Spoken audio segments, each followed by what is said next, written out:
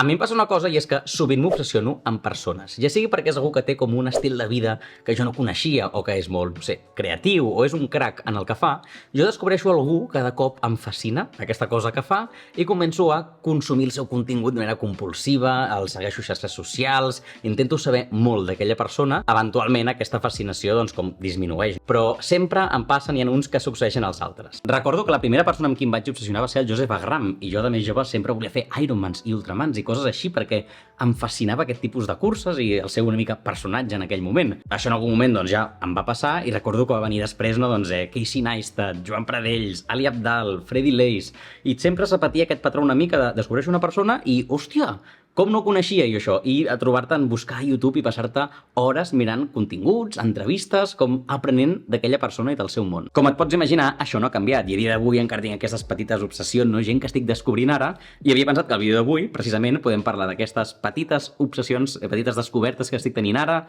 a mitjans de 2023. Així que, comencem. La primera obsessió de la que et volia parlar és un músic que es diu Jacob Collier. És un noi britànic molt jove, deu tenir més o menys la meva edat, i és el que seria com un músic amb totes les lletres. Per començar, és multiinstrumentalista, el que vol dir que pot tocar molts instruments molt bé.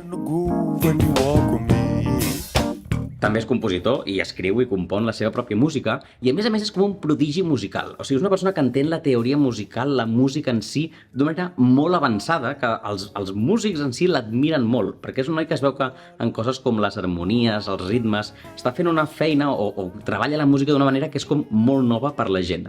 Jo, mirant els seus vídeos de YouTube, hi ha alguna gent que comenta fins i tot que és com estar veient Mozart ara, saps? O sigui, la gent que va conviure amb Mozart i Beethoven i l'admiraven, com que ara ens està passant el mateix amb aquest noi, i que no ho sabem, però que en uns anys serà també un altre geni de la música. Jo no sé si és així o no, però jo realment el vaig descobrir i és una d'aquestes persones que em fascina i que estic una mica obsessionat últimament. Què és el que m'enganxa d'ell? El primer de tot van ser les seves versions de cançons. Crec que és aquesta fornada d'artistes, no? Que tothom comença penjant versions a YouTube i després ja trobar una mica el seu camí. La gràcia d'aquest noi és que és tan crac i toca tants instruments i té de tanta música al seu cap que versiona cançons que tots coneixem, com Fix You, Somebody to Love, Let It Be, totes aquestes cançons que tots ja en sabem, però clar, les porta a uns llocs, les toca d'una manera que dius, com una cançó que jo ja em conec i que dura, no sé, 2, 3, 4 minuts, ell et fa una versió de 8, 10, 12 minuts, que porta la cançó a llocs on jo no esperava que aquella cançó pogués arribar. Dancing Queen, you're never sweet, only 17.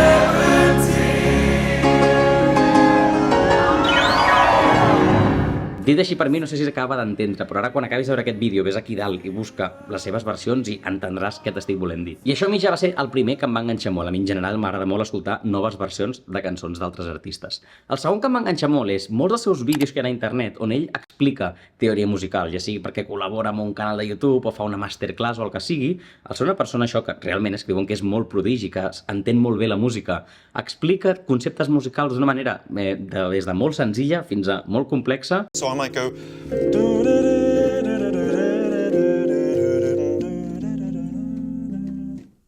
I a mi m'atrapen aquestes coses, o sigui, a mi la fascinació d'aquesta gent que és molt crac m'agrada veure'ls. Tot i que aquests vídeos no hi explica música, jo no entenc el 80% del que diu, o sigui, els meus coneixements musicals són molt limitats, jo no sé què està dient, però com que em captiva i m'atrapa veure una persona no tan crac en un àmbit amb tot el seu potencial. I hi ha dies que jo em trobo aquí al sofà de mi mirant una masterclass de mitja hora d'aquest noi, on no entenc, ja et dic, que no entenc un gran percentatge del que diu, però és fascinació pura. You can go.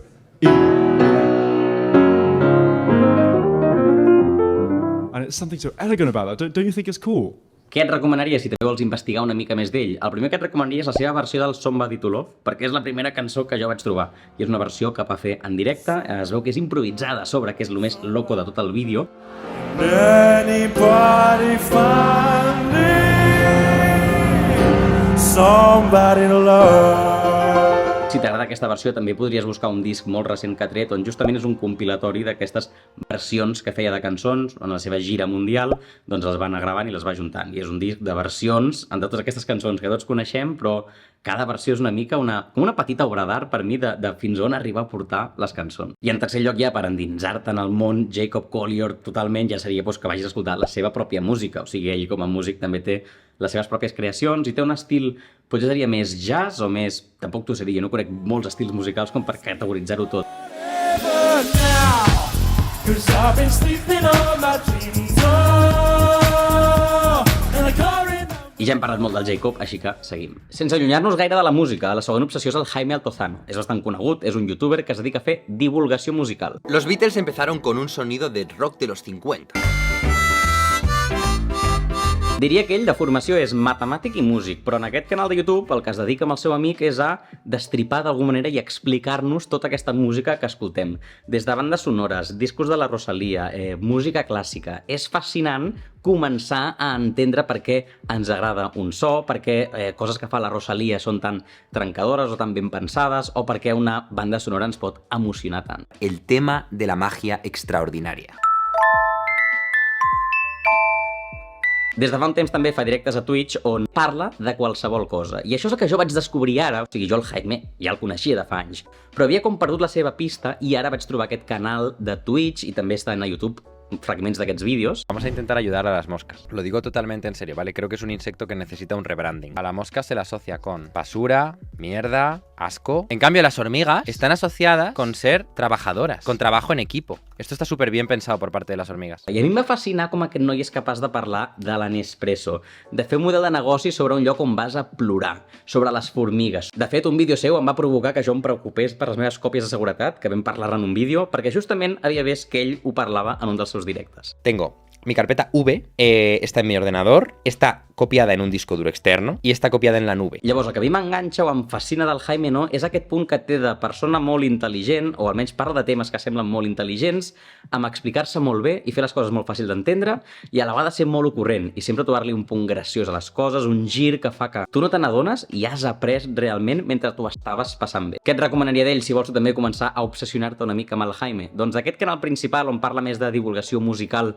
podries mirar, no sé, com m'explica la banda sonora de Harry Potter, analitza per què sona tan màgica, i a mi com a fan de Harry Potter doncs m'agrada molt. I d'aquest altre canal on et dic que parla de qualsevol cosa i a mi m'agrada molt, no, com s'explica i com t'entretén i tot, et recomanaria un vídeo on ell intenta comprar una Nespresso o analitza la web de Nespresso i li comença a trobar errades o coses que ell no entén. Crec que es va fer bastant viral, potser ja l'has vist, i això, et recomanaria aquests dos vídeos, comença una mica per on vulguis. La següent recomanació és un neurocientífic que es diu Andrew Huberman, que és professor a Stanford i a la vegada també té el seu propi podcast que es diu The Huberman Lab. Aquest podcast és el que a mi em té enganxat, i és que es dedica en cada episodi, durant, no sé, des d'1 fins a 3 hores, a parlar de divulgació científica sobre temes molt concrets. Jo què sé, hi ha un tema sobre l'aigua, un altre tema sobre la llum solar, un altre tema sobre la digestió, un altre sobre dormir, un altre sobre l'esport, qualsevol tema que et puguis imaginar. I en aquest podcast doncs, parlen de l'evidència científica que existeix i com això ho podem aplicar a les nostres vides per tenir vides més productives, més longeves, més sanes, etc etc. Incredible. So when you say elite, these are people that are running marathons at a pretty rapid. A mi m'agrada molt com tot això lliga amb la productivitat, no entre moltes cometes, però la productivitat molts cops potser s'entén només en com m'organitzo i com estudio millor i dormir poc, i això justament no t'obre aquesta porta a que l'evidència científica t'ajudi a optimitzar doncs, el teu rendiment cognitiu o el rendiment físic o el teu son o la teva salut o la teva longevitat, per exemple, no? I aquí prens coses com això que algun dia t'he explicat de no prendre cafè en les primeres hores del matí, o vigilar si t'has de posar més o menys crema solar, o quins són els millors exercicis per fer el gimnàs, o quina és la millor rutina de nit per després descansar millor. Totes aquestes cosetes no cal que optimitzis la teva vida al 200%, però pots aprendre una idea interessant en un podcast que et diu doncs mira, potser això que feia abans d'anar a dormir, mira, si ho puc fer mitja tarda millor i així després a l'hora d'anar a dormir em relaxo més i dormo millor. Concretament, les idees de la longevitat són les que m'estan cridant més atenció últimament. O sigui, com fer-te gran i seguir mantenint un cos sa, un cos atlètic, un cos estètic, funcional. Podem posar-hi molts adjectius darrere de la paraula cos, però com fer-te gran sense que notis com que el teu cos es fa gaire gran. I potser per això ho has vist i ho hem parlat en aquest canal, de coses com, jo què sé, com tenir una mica de cura de la teva pell i com dormir millor i com fer servir la cafeïna i totes aquestes coses.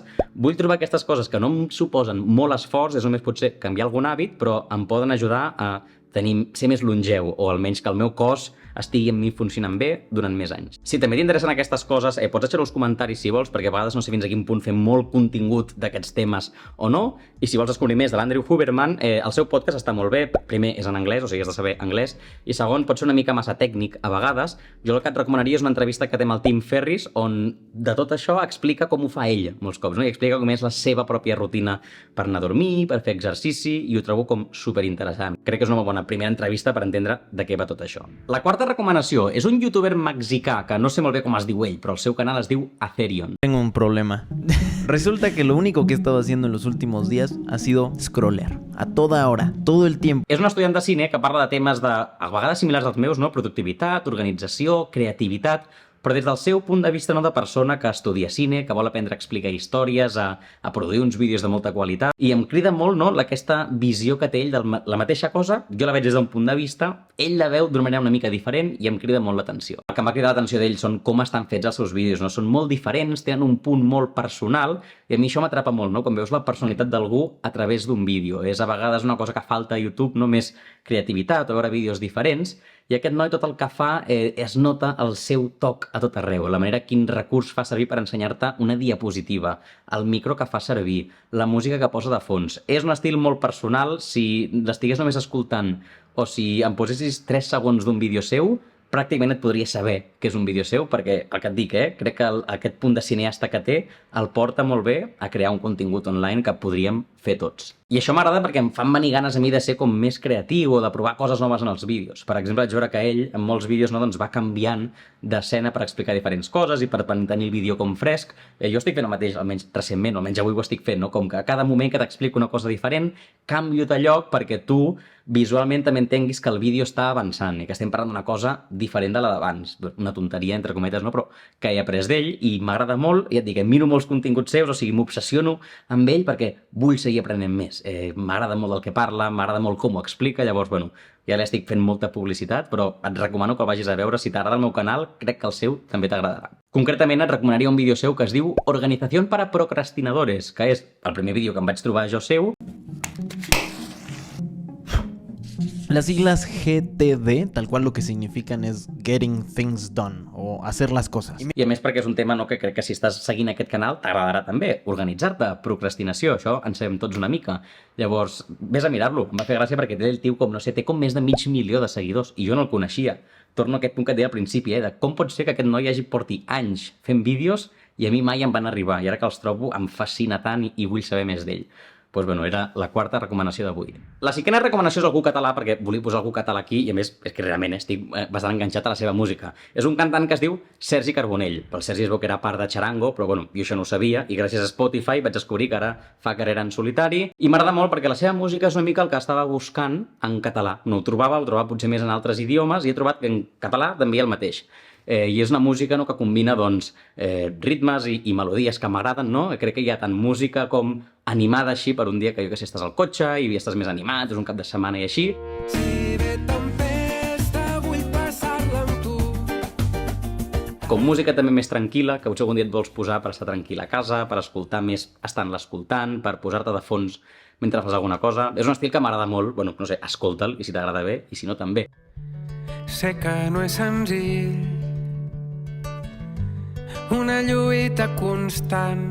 I també m'agraden molt una mica les seves lletres. Crec que és una persona que presta atenció a les lletres, crec que ho enfoca des d'un punt de poesia, a vegades més que lletres, i això és algo que, bueno, a mi m'agrada, no? Veure que la lletra té una certa complexitat més que la del reggaeton, que també està molt bé del reggaeton, però a vegades busco un repte, no sé, diria un repte intel·lectual, però busco que la lletra em digui una mica més. I això, la música del Sergi, de moment, ho he trobat i és una mica... Saps aquesta música que surts de casa, li dones al play i ja estàs escoltant? Doncs la música del Sergi els últims mesos és així. Estic com, entre cometes, obsessionat de que me la poso molt sovint. I de fet vaig a un concert seu últimament, va estar guai. Llavors te'l recomano, si t'agrada aquest tipus de música. Si no, no sé, escolta reggaeton, que també està prou bé. Vale, i una obsessió extra que tinc últimament, que és una tonteria, però realment és que m'ha agafat una mica fort, és la ràdio. Una mica de context. Jo sempre estic escoltant alguna cosa, ja sigui un podcast, una entrevista, música, sempre tinc com alguna cosa de fons. I em trobo que molts cops em passa com quan vols mirar alguna cosa a Netflix, que estàs molta estona buscant què mirar, res t'acaba de convèncer.